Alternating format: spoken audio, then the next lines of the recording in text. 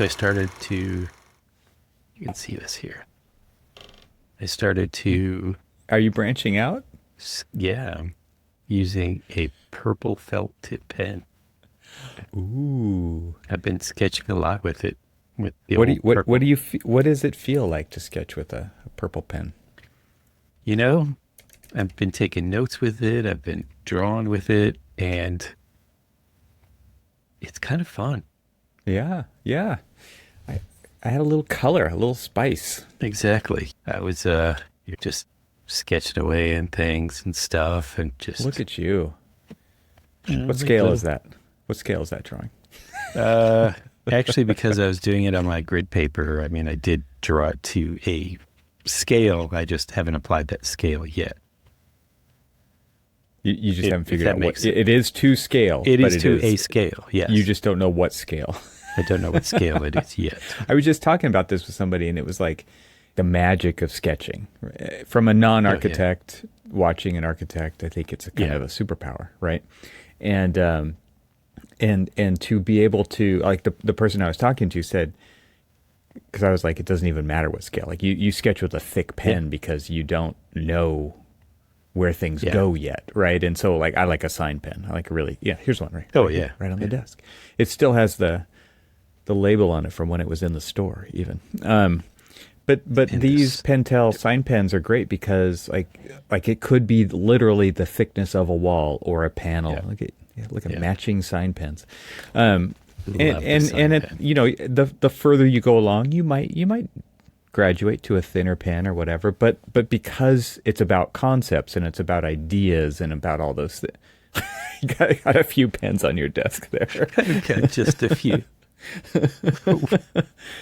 Yeah, What you do size and have scale this would you? addiction. We've Yeah. yeah. And that's But just the like ones that I cleaned up off of my this desk is to the get this them is from the rolling. like whittled down. These are just the ones you use, right?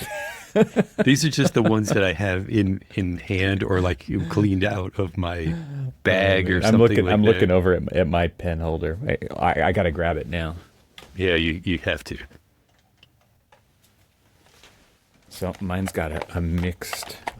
I have a rhombus shape. I don't know what is this. Oh, It's like two nice. triangles back to back, and I got all kinds of stuff. Oh, here you go. I got a little Lego Mandalorian on mine. I don't know if you have one of these, but I a little I don't Lego have a Lego Mandalorian. No, that's Mandalorian. I I have shouldn't a say Lego. Mandalorian. Darth- This is That's this is Boba Boba Fett. Fett. Like that's the. It's not like some rando. It's me. It's not no rando mando. I'm jiggling it here for the audio listeners. Oh, and I have a this is a great tool right here. The Olfa branded knife box Oh yeah, cutter yeah. with the snap off Did I blades. show you this one? That's a great tool right It's there. a mechanical pencil that is a wooden pencil. Nice. I've got some what are these called? China marker. Here we go. Right. A Pull Faber out a Castell brown pencil. I have no idea why that's in here, but it's not something that I can get rid of, clearly. Anyway, That's a quick find in your thing here. A lead holder. yeah, those aren't in this. They're not in this Okay, then thing. I won't. Trying to think of where they are, actually, now that you say that. I think they're upstairs. Oh, you got the thin. That's a Statler, isn't it? It is. Yeah. We have a couple of those around, but I like the big boys. I like the big Oh ones yeah, too. yeah. Yeah. I What is was this? Oh, I this is was a laser watching pointer. I thought that might be a lead holder, but it's not. I was watching a documentary about Louis Kahn. Of course, I was right.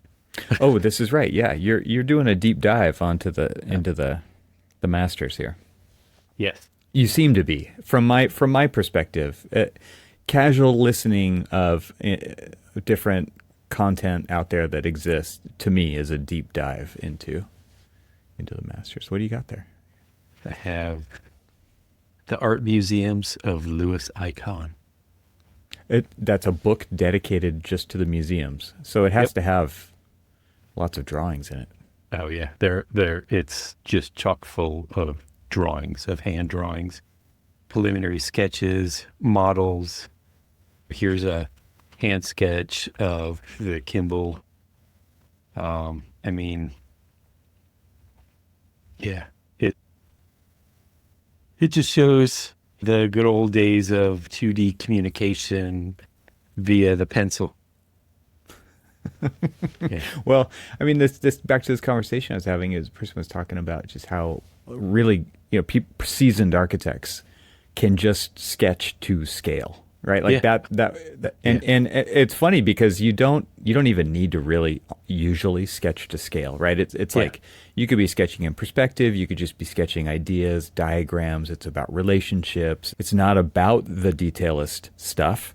And then there are like you, I'm sure you can do this. Like I actually have a pile of sketches around here somewhere where it was like a week's worth of just sketching details for a project, and they were pretty close to being at 1/2 inch scale, I think is what I was kind of drawing at. And I wasn't really trying to, but it just kind of worked. Once you draw something that you can relate everything else to, because it was like a wood frame construction building, right? Here's a 2x4 bottom plate or a 2x6 bottom plate, and now everything you just draw it in relation to that, and it kind of makes sense for the people you're handing it to make something more specific out of. I was on site one time, and I was standing next to the site superintendent. It was an executive conference room for a university that we were working on. And we were looking at the windows. We had some clear story in this conference room. And it didn't turn out the way we were hoping the details were. And they were just like, hey, can you come up with a sketch for something that trims these out? It was a hollow metal frame that was a custom hollow metal frame, but it didn't turn out the way we were all hoping it was going to. So the rest of the conference room was wood paneling and wood trim and everything else. The reason we didn't do the wood trim and everything over it is because these were acoustic windows. It was kind of chunky, and we didn't really. The frame that we made was really a thin profile frame, and we were trying to. Can I pause here? What's Sure. an acoustic window? Never heard of what an acoustic window. What is that? You've never heard? You mean like a triple pane, like it's keeping sound out? Yeah. Okay. Yeah. Well, think about. Well, I mean, you thinking about like all of the guitars and stuff on your background. So like a recording studio or something like that. The window, Gotcha. Those kind of windows. You're cutting down on the sound transmission with them. Okay. Cutting down on the sound I've never heard yes. of it referred to as an acoustic window, so I learned something new here. Okay. So he was just like, can you come up with something? We got to do something. This just doesn't look right. And so I pulled out a pencil in my pocket and started drawing on the wall. And I was just like, well, I think we could do upside this down and this backwards too, right? Because you do that. I do that too, yes. But this particular one was just, we were standing there and I was drawing it on the wall. Mm-hmm. And he was just like, oh, that looks really good. And then he's just like, wait a minute. And he pulls out his tape measure and he starts taping. He's like, did you just draw this 1-to-1? I'm like, yeah. and so I was just like, and so we started like drawing dimensions. He was dimensioning it, and he was like, and ultimately we just took a picture of that because we added dimensions to it. And he was just like, can I go ahead and just use this as our sketch? I'm like, let's do it. Let's do it. It's just make sure your either way, your picture Cormac, is to you're scale. liable. Yeah. I didn't sign it. It turned out, it turned out nice. The finished product turned out really nice, but it was just wild that, it was just like, hey, let me do that. Yeah. Yeah. I've done the whole drawing upside down. I was drawing with another client and we were talking about just a temporary condition. And I started drawing and I was like trying to interpret what we were all talking about. And I was drawing it. Mm-hmm. Put the piece of paper down and I was drawing it. And he was just like, yeah, I think that's what we want to do. And then he was just like, wait, did you just draw that upside down? I was like, well, I was drawing it so that you could see it. I already see it. It's I already see it here. up here. Like, I wanted you to see it. And so I'm like drawing upside down. And he's just like, he's like, he's worked in like he was actually the office manager for a really big name firm or big name architects, husband and wife team, to be quite honest with you. I don't know. They may or may not. How's that work? Oh, these were, you know them. I couldn't do it. I couldn't do it. Well, you know. And my wife does have an architectural training. Yeah, that's true too.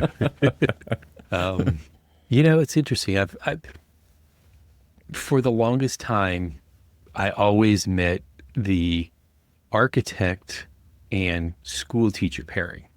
Yeah, like And you I've guys. been Yeah. meeting more and more architect pairing. Like, good luck with that. Yeah. Well, I mean, Yeah.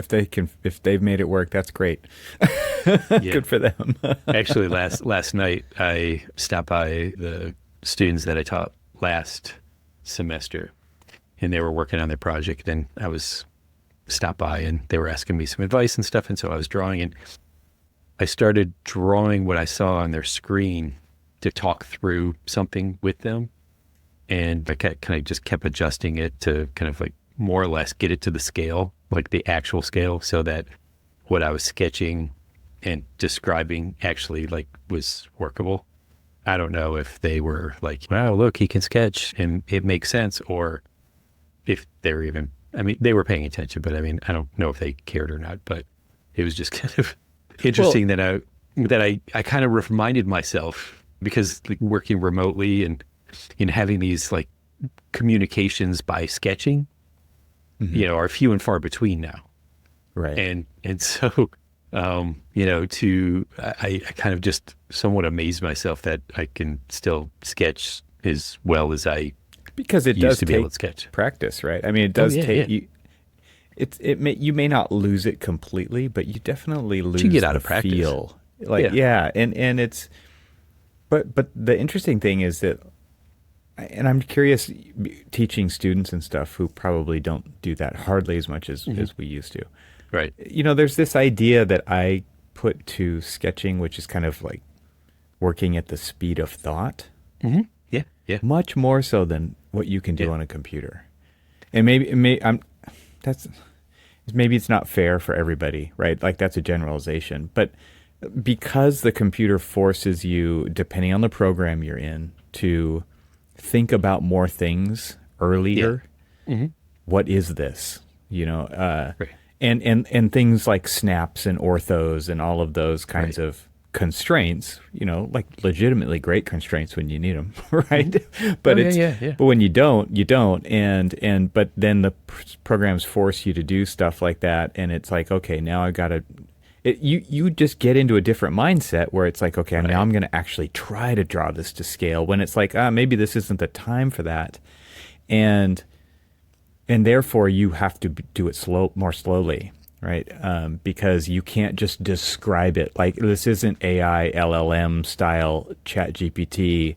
Draw me a detail. Like when you literally are just sketching so fast, you know, so fast that when you draw a box, it's not a box, right? You're drawing a section of 2x4 blocking in a wall with an X in the middle, and it just looks like a blob with an X. And everybody around, maybe it's just you, maybe it's a couple other people, know what that is, right? So can I show you that's something real quick? drawing at the speed of thought. That's communicating. It's ideating at the speed of thought to me, and that is very different than what a lot of these digital tools force you to do. So for the listeners, I'm going to be sharing my screen, so maybe we'll drop this in there. It is, you know, student. Get on YouTube, people. Yeah, I was going to say, get on YouTube and take a look at this. But I mean, I think you're going to look at this in you know, something very similarly to like the conversation. You know, it's like this was a diagram on layers upon layers. Yeah, exactly. And it was just this conversation that, oh yeah. Oh, what if we do that? Oh, you know, and it was just like this conversation about like, oh, like the different things that you can do to like what if you shifted it this way? And what if you did that? And what if you reinforced this kind of like angular pathway and all of these other things? And it was just this kind of fun conversation about layering upon layering upon layering. And I think about all these different architects that we grew up learning about. And including even in the book, the sketches that Louis Kahn was doing, is just these layers upon layers, and just the thinking and the fluid, the thinking at the speed of light, and using the sketching tool as a way to just kind of like think through that. And you're like, oh, we could do this, and oh, we could do that. And it's the only thing that kind of like gets somewhat saddens me about the way the iterations have evolved. It is, especially when you're relying more on like, them trying to do things to scale and trying to do things. Oh, this would legitimately be what the wall would do. It's like, at this point, that's not the exercise. The exercise is to think about, the fluidity of the space and the interconnectedness and all of these other things. And yes, you can evolve all of that from this sketch, but the sketch itself is like the pureness of the thought, right? Mm-hmm. Yeah. And that iterative kind of scribble of overlay on top of overlay, and like you go around the shape with the fat pen 3 or 4 times because you're just trying to get it a little bit closer to what you were thinking. And that's okay. That the other 3 circles that you did underneath the 4th one are still there. You don't have to clean it up.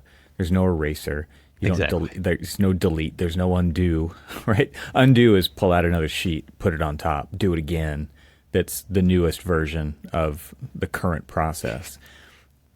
And then you move it over a few inches and you do another thing, and it's like, okay, this room's going to get bigger. Slide it over, draw it a little bigger, right? Yeah. And there's just something like that idea of that fluidity, that flow is there. And of course that can all be accomplished digitally as well, but it's totally different. Yeah. And it can't have, like, you got to have the device, you got to be able to communicate, you got to throw it up on a projector, or you got to share that screen, and all of a sudden there's a hiccup and a road bump and a hurdle to get it there so somebody else can see it. And like that stuff all kind of sucks still, right? Like we're just not there yet digitally with where we were back then. I mean, we sound old. I will say the good thing. Yeah, true.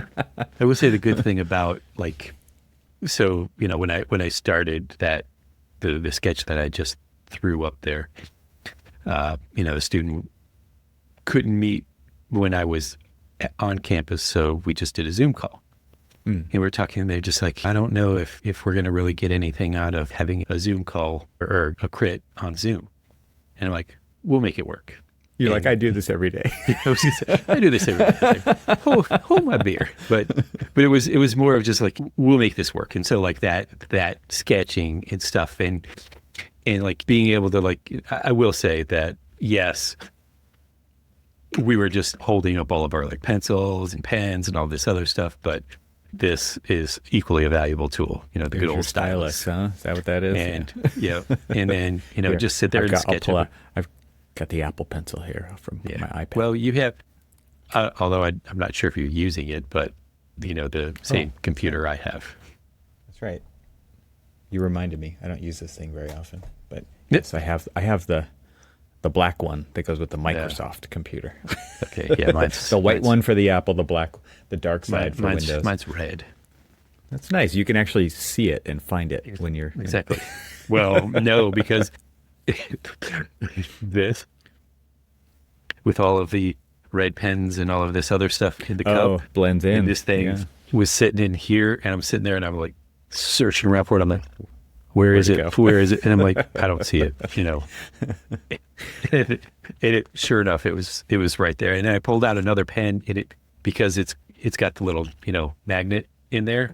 It was like magnetized to a couple of other pens. So when I pulled it out, I had like 3 pens that came. Careful, you leave it in there too long, it won't have that magnet anymore, probably. Well, it was. I didn't even realize it was in there. Normally, I just set it on the actual computer itself. Just do that. So I have a question for you. Speaking of how things have changed, you sent me a text the other day. I'm pulling it up here, and it says something that alludes to you lamenting the current state of architecture here. Yeah. It says, what's a bit depressing with the profession today is, why don't you go ahead and finish that sentence? Wait, do I have to? Now I'm going to have to go You don't and have to read look it up. I can finish don't- it for you if you.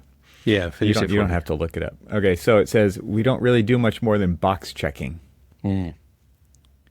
What brought that on? Because I have some thoughts about this. Like what is the typical day to day of an architect working on a project? Is it just CYA and box checking and moving paper and meetings? So, yeah. Well, so I had a conversation with somebody today. Episode's done. We're done. And they're yes, like, the answer was yes. Hey, do you have time for a meeting today? And I'm like, sure. And they're like, well, can you meet at this time? I'm like, no, I've got a meeting at this time. And they're like, well, can you meet at that time? No, I got a meeting at that time. Can't find an opening. They're like, wait. They're like, well, can you meet at 4? I'm like, sure, why not? And so I had jumped on a call, for the Saudi project. And of course that was early and pretty much have been nonstop since 6 a.m. on meetings all the way through this one at 5. And, other than the few bathroom breaks and coffee breaks, I was just nonstop. And ass in seat. Yep. Because, people, so what was funny is like one person said, oh, well, I'll make, the meeting at this time so that you'll have a break. And then somebody else was listening. Oh, look, he has some time in his opening. schedule. Yeah. Let You me have to book your there. own break time in your calendar as you do I'm that, busy. which is, yeah. I used to. I don't need to do that anymore. Well, you didn't. Well, okay. So where that came from is, again, these books and documentaries that I've been, listening to, reading, and watching. That romanticize architecture. That romanticize architecture.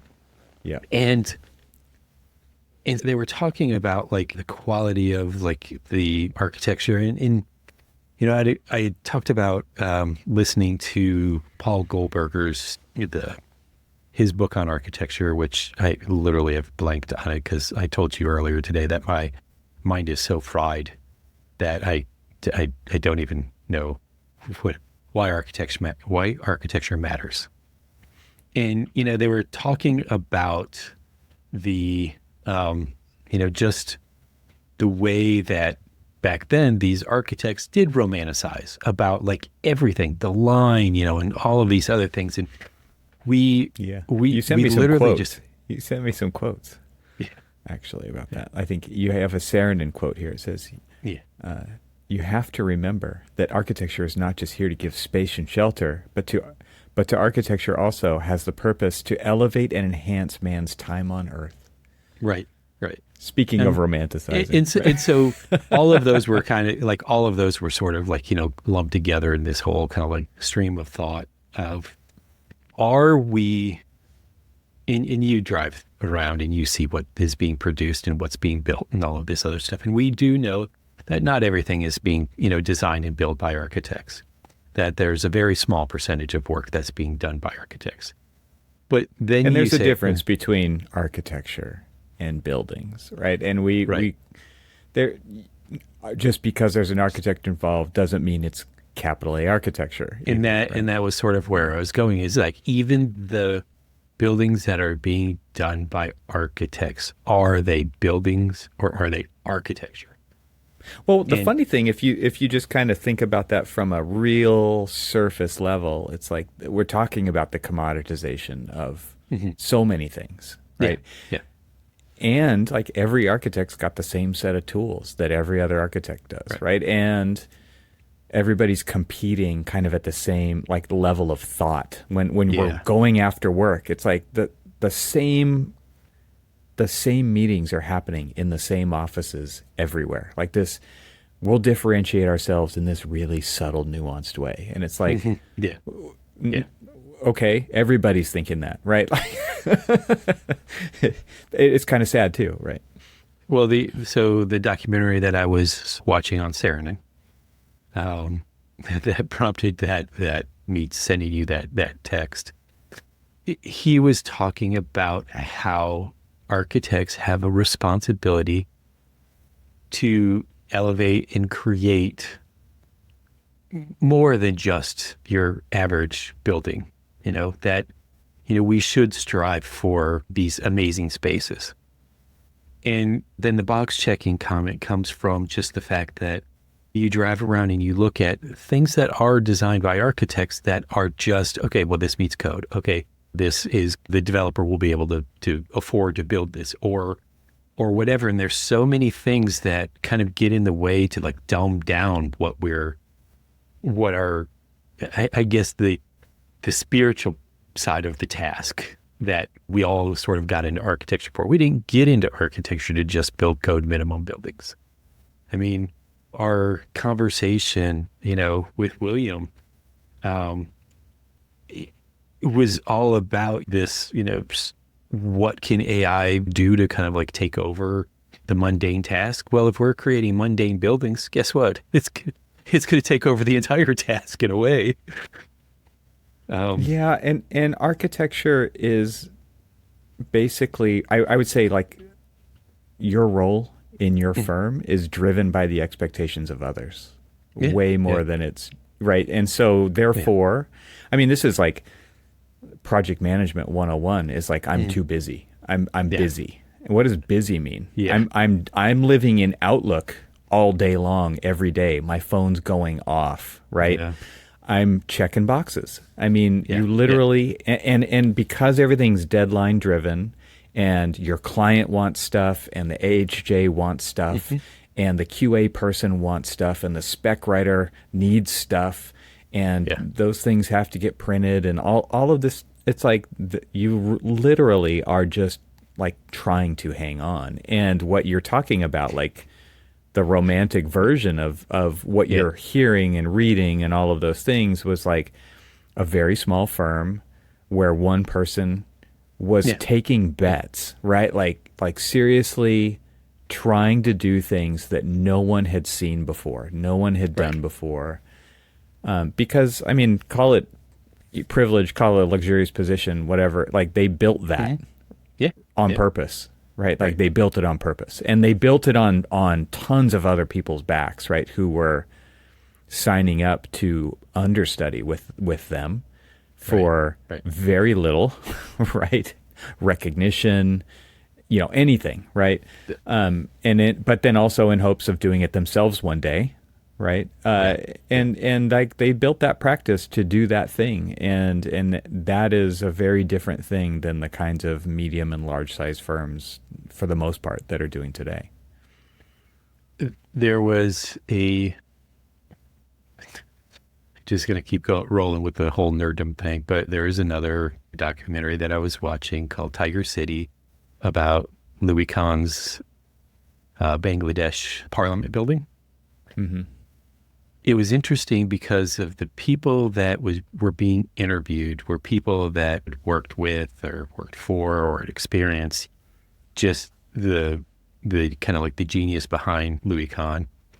And there's like Stephen Hall was being interviewed and he was talking about, I wanted to go work for him because, of the way that his process and his model building and just the way that he sketched and the way that he thought through everything. And unfortunately, he passed away before Steve could even go work for him. But, that was his plans, is that he was going to do that. And it was just this.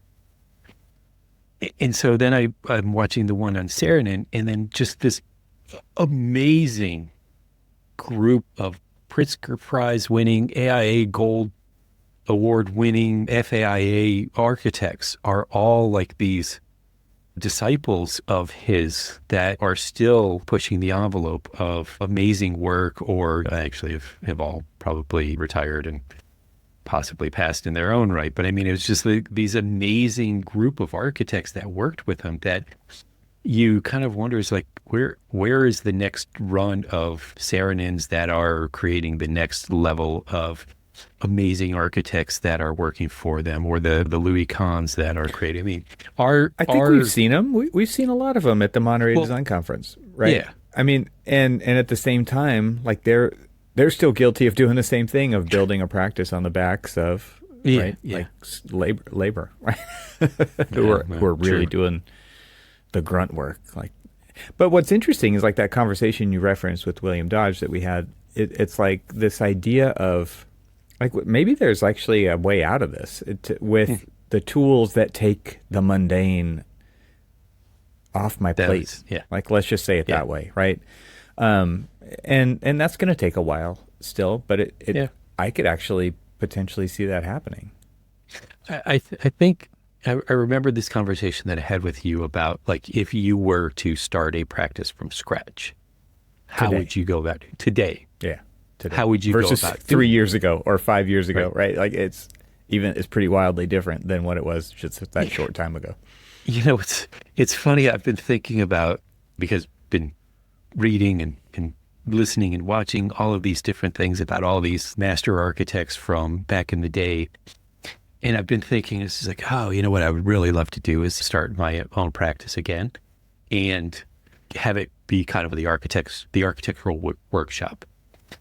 But then I started thinking, how would I go about doing that? Because remembering the conversation that you and I had with you thinking about how you would start a practice today with today's tools. And I was thinking to myself, I was like, I don't want any of today's tools. I mean, that's legit. I want the trace paper. I want the wooden models. I want But you don't want to do the mundane. And I think, this idea of it being a cult of busyness is real in firms. Yeah. And if you do a small firm, like, you literally have to do all that yourself, right? Or you have to start building a team, assembling a team to do that stuff. And then you need to find people who really want to do that stuff and are good at it. I feel like I was sharper and more on my game when I worked for a smaller firm that I had to do everything, because I had my kind of like fingers in everything, design. You were younger. Manager. You were just... I was younger and I could... Sure. You were sharper. Ouch. Man, it's true. I'm old and tired. I believe there is a space for you behind the woodshed. But I know what you mean, but you literally were younger, and your brain was, and there, like, it was more, you could deal with that way better than you could now. Well, but what's funny though is, like, so again, all of these things that I've been doing more recently, just like reading, watching, absorbing history and stuff, feeling are sorry the things, for yourself. No. Are the things that I wish that I would have done back when I was younger, to have an even like broader sense. Now I'm like, man, why didn't I do this? And why didn't you? Because let's go back to the thesis here, because you've been checking boxes. Like, you've been so busy. Yeah. You've literally been buried by architecture. Yeah. By these projects, by the busyness, by like this. I mean, and what's crazy is people say I'm busy, like they're and like, what happens at review time? I did all these things, and it was like, but is that effective? Is that the true value? Is that the best purpose and service in the pursuit of what we stand for? I doubt it. And yet people get rewarded for that. Mm-hmm. And so then, guess what? Effective? More, right? Yeah. The reward for getting a lot of work done is more work. Yeah. As we always say, it's like, the reward for hard work is more hard work. Yes. And I know you just said that, but it's just like, I literally just said that to somebody the other day. I told them that, hey, I know that you've been working really, really hard, but I've got more work for you. Yeah, right. Because they're damn good at it, and you can count on them and all of those things. Exactly. And in my position, I feel horrible that I'm asking somebody to basically do more work because they've done so much work previously. Yeah. Because you totally get it. Because I lived that. I lived that whole thing. I did want to ask you. Have you seen those things where it's like you go to the coffee bar and it's like if you stand at the counter, if you order, it costs this much. If you stand here and watch, it costs more. No. Yeah. Right? Yeah. If you ask me for something, it costs even more. There's like different versions of that out there. But like, I think what all this comes back to is kind of this idea of trust, number one, and like the real specifically, like what you're good at doing and how you do it is kind of like your business. And that's where that trust is built. It's like that you can do what you say you're going to do. And then there's this other thing of expectations and urgency and priorities and other people's versions of that being pushed onto you. My urgency is your priority. And like that's what email is, right? It's just an inbox of to-do items for things for you that you didn't sign up for, right? Like it's just like a trash bin that's enormous, and people are just throwing stuff in, and you have to deal with sorting it out and prioritizing it and doing all these things. It's just like a free for all. Yeah. That's the life we all live. Yeah. I want to change topics a little bit, even though it's kind of building off of what. No, it's okay. I don't think we're really getting anywhere. Yeah. Well, I'm going to preface this by could quote at least two people, but one person has said it a couple of times. But so sitting in studio with these students, and I always ask them, have you heard of this architect, or have you heard of this building? And the quote was, Cormac, don't you know that if you ask us what this architect, who this architect was, or, what this building was, that we're not going to know? The answer is no. Yeah. Yeah. And so then I was talking to him yesterday and had said, I've been watching these architectural documentaries, and they're like, of course you have. And then I had asked them yesterday, do you know who Eero Saarinen is? And there was somebody sitting behind me who had, said out loud, Cormac, we don't know who that is. And of course, like, it's sort of painful that one of my top 5 architects. What year are these students? I'm not going to divulge. Maybe they're not students. I don't even know. Well, but so these here, are professionals. So here, it well could be too, because I've had conversations with people who I work side by side with that have. So here's my question to you, because clearly I've been having this question to myself quite a bit, and feeling that there is a lot of importance to it. What do you feel like is the importance of learning architectural history, architects, and building history as an architect? What is that value of that? So there definitely is a value. I mean, it would be. I guess I was going to say it would be sorry to difficult put you on to the just spot. pull that out and but at the same time, it's kind of fundamental to how you become an architect, is to study other architects and those projects, and not only like go through the drawings, but visit those places, right? Because you get to experience that firsthand, right? And so like this level of like, there's something to be said about access to all information at any moment, and at the same time, it's totally a crutch, right? Because it's like, I'm busy. I don't have the time to go do that. It's cool that I can just pull it up at a moment's notice. And yet you never get like over the threshold of being able to have these conversations, and why they're important, and what are these examples, and did you sense the scale of that place when you went into it? Because because I looked at it on a screen. I looked at it on a tiny screen, right? And and so I really don't have a feel for it. And what's so interesting to me is like the older that I've gotten and being an architect, it's like, wow, it matters so much. It matters so much. You have to do that stuff to be the communicator, the idea generator, the inclusive, like, let's sit around the table and talk about ideas, like to be able to transform an idea into reality. You have to have lived. I believe you have to have lived. You have to have practiced. You have to have cooked your own food. You have to have gone to the bathroom in an outhouse to a like the most palatial bathroom you've ever, like you have all the versions of that thing. You have to have bought your own pots and stored them in cabinets to understand how much space is needed for these kinds of things. You have to know that like this door on this room is installed 180 degrees the wrong way for various reasons, because like I know what works, and Right. I know this Right. doesn't. Right? Yeah. It's like this is the weirdest way I could answer your question, right? Because No, it's it's not exactly academic. right. It's Yeah. not academic. It's like here are the realities of why you should study this stuff, but really experience this stuff.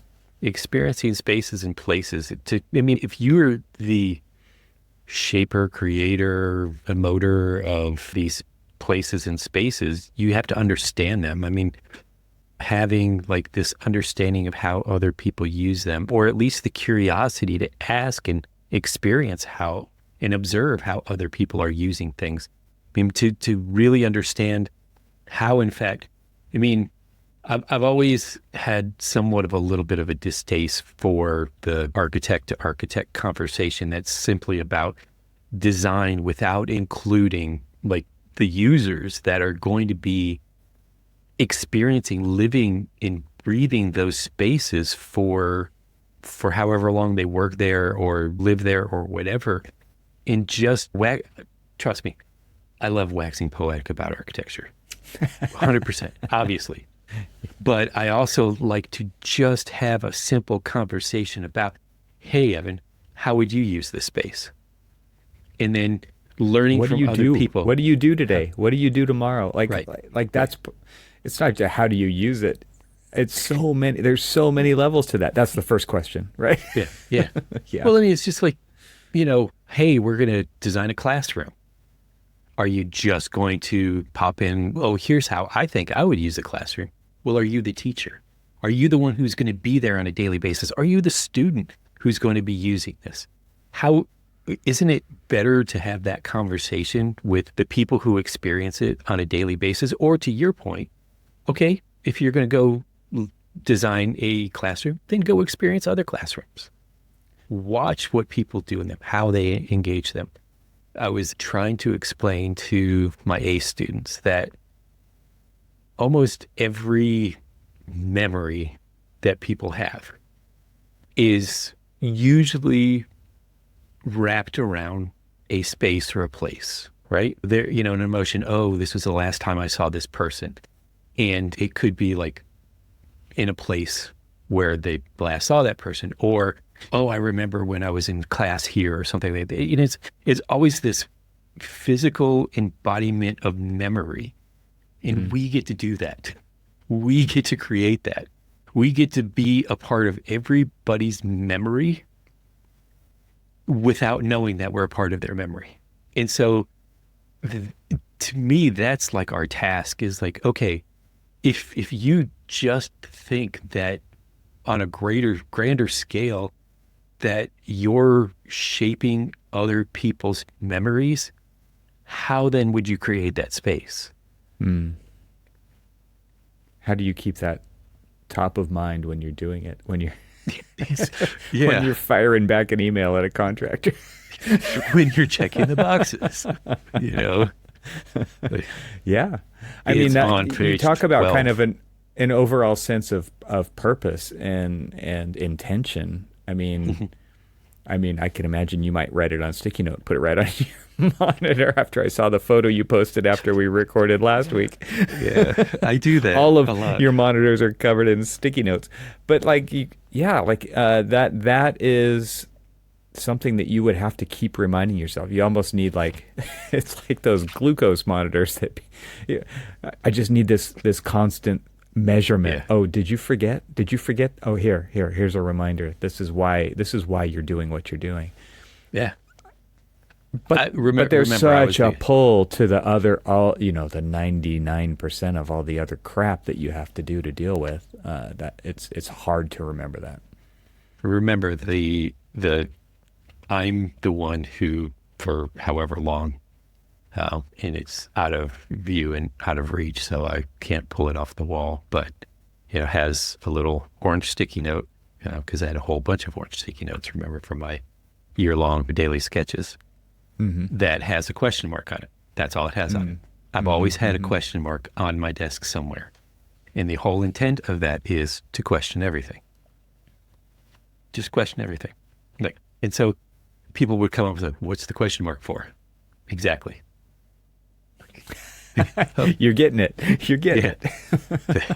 it. You know, but it's just like it. Yeah, I don't know. I guess I need to stop reading some of these. They're like romance novels to me. They are. They're totally like, oh, Lou, you get me. I wish other people did. Well, it sounds like you have Yeah. some recommendations for the audience. Let's finish up here with, and can you we'll definitely put the titles to these things into the show notes Yeah. for those who want to partake, but can you remember off the top of your head what the names of these things are? So I will say books that I'm either listening to or reading. You Say to the Brick. Need you guess what That's the that title. You Say Yes. to the Brick. Okay. Gropius. No, I had to. Yes, I know. And for if possibly a professor is listening to this, yes, I know I was supposed to read it. Yes, I did write a report about it and will admit to it that I did not read it. The Death and Life of Great American Cities. How many years ago are we talking right now? A long time ago. Okay. The statute of limitations has passed. Yeah. Obviously, modern man. Okay. Wait, say the name of the previous one that you didn't write the Oh. report for, or that you did write the report for. The Death and Life of Great American Cities, Jane Jacobs. Okay. Okay. So I have read as kind of more of like reference guides these two books, yet I think reading them in book form is better than listening to them. Oh my Lord. Just don't listen to them. There's some books that just don't work. Yeah. A pattern As language audiobooks. Okay. Yeah. That's is definitely. not an No. audiobook. Sorry. Have you tried to listen to that? Yes. Is that a thing? It is. That doesn't seem like. It's like trying to It's a listen to thing. graphic standards. Yes. Nope. A timeless way of building. Another one of Okay. of his that of Alexander's, Christopher yeah. Alexander's work that is Okay. not an audiobook. I thought, ooh, cool, audiobook. Nope, not an audiobook. An illustrated guide to building construction. Yeah, I'm gonna listen to that on the way. It's funny is that I have a building code illustrated sitting on my desk right here. There you go. Yeah. I couldn't imagine that being a Let's turn this an into a audiobook. podcast. Yeah. Yes. Broken Glass about the Farnsworth house. Okay. Honestly, this is a really good read because I do have the book, but this is also a very good listen, and that is Why Architecture Matters. And I've got something in my eye for those that are watching this because I think I have that. I don't. I would have to kind of go through the library. Paul Goldberger, and honestly, it's good. It's good. I appreciate it because I definitely recommend it. And then of course like the biographies like Frank Lloyd Wright and Modern Man about Corb. We've already talked about like all of these. And so the whatchamacallums that I've been watching, the whatchamacallums, I believe whatchamacallum is this you will love, Alto. Just That's what it's called. Alto. yeah, it's just Alto. Not to be confused with the video game Alto's Adventure. This was the PBS special American Masters about Eero Saarinen, and then Tiger City, which is on Louis Kahn, were the three that I just recently watched and are watching. Nice. I'm in the middle of Alto. And, I would love someday, just because I'm that kind of a weird person, to like put this diagram up on the wall that has like pictures of all of these different architects and like just put strings that, you're talking about your... Yes, I'm still talking about it. No, you're basically describing like your this is going to be on a wall in a cabin in the backwoods somewhere because I told you when I have the architectural workshop, the architectural workshop is just me doing hands-on things, and one of with them your is wall, going to be with your wall of this connections between all these wall architects. of connections between all of these different With architects. pins and yarn and photos. What was funny is, sketches. There'll be sketches. Here we are talking to William Dodge, and he's talking about his connection to Albert Kahn. And here I am living in Detroit, where Albert Kahn lived and practiced and learned architecture and everything else. And you see the connection of other architects that, we may want to say Albert Kahn for the Detroit area is like the beginning, but he wasn't even the beginning. He had apprenticed with some amazing architects that we just don't even know who they are, but some amazing architects that then he learned his craft. And then you see like the lineage of all of the different people who used to work under Kahn and those lineages. And then other people kind of like adjacent to him that went in other directions that like started the Smith Group and all of these other ones, and how there's this just amoeba, this nebulous of like all the different architects. It's organic. Yeah. It is. And I'm pretty positive that you're probably working for somebody, or you've worked with somebody who's worked with somebody who's worked with probably one of your favorites. I remember one of my professors was a project manager for Mies. And here I am learning architecture from somebody. So I'm 2 degrees separated from Mies, and it's kind of cool when you think about stuff like that. Maybe you're the Kevin Bacon of this algorithm right here, this formula.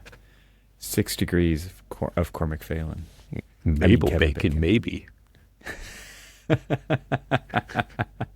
That's great. I've got the episode title. Yes. Maple bacon of architecture. Maybe the maple bacon. Yeah. Somebody say bacon? Yeah. Damn it. Now I'm hungry. I was kind of hoping it was Cormac and his purple marker. Purple pen? Yeah. Purple felt tip.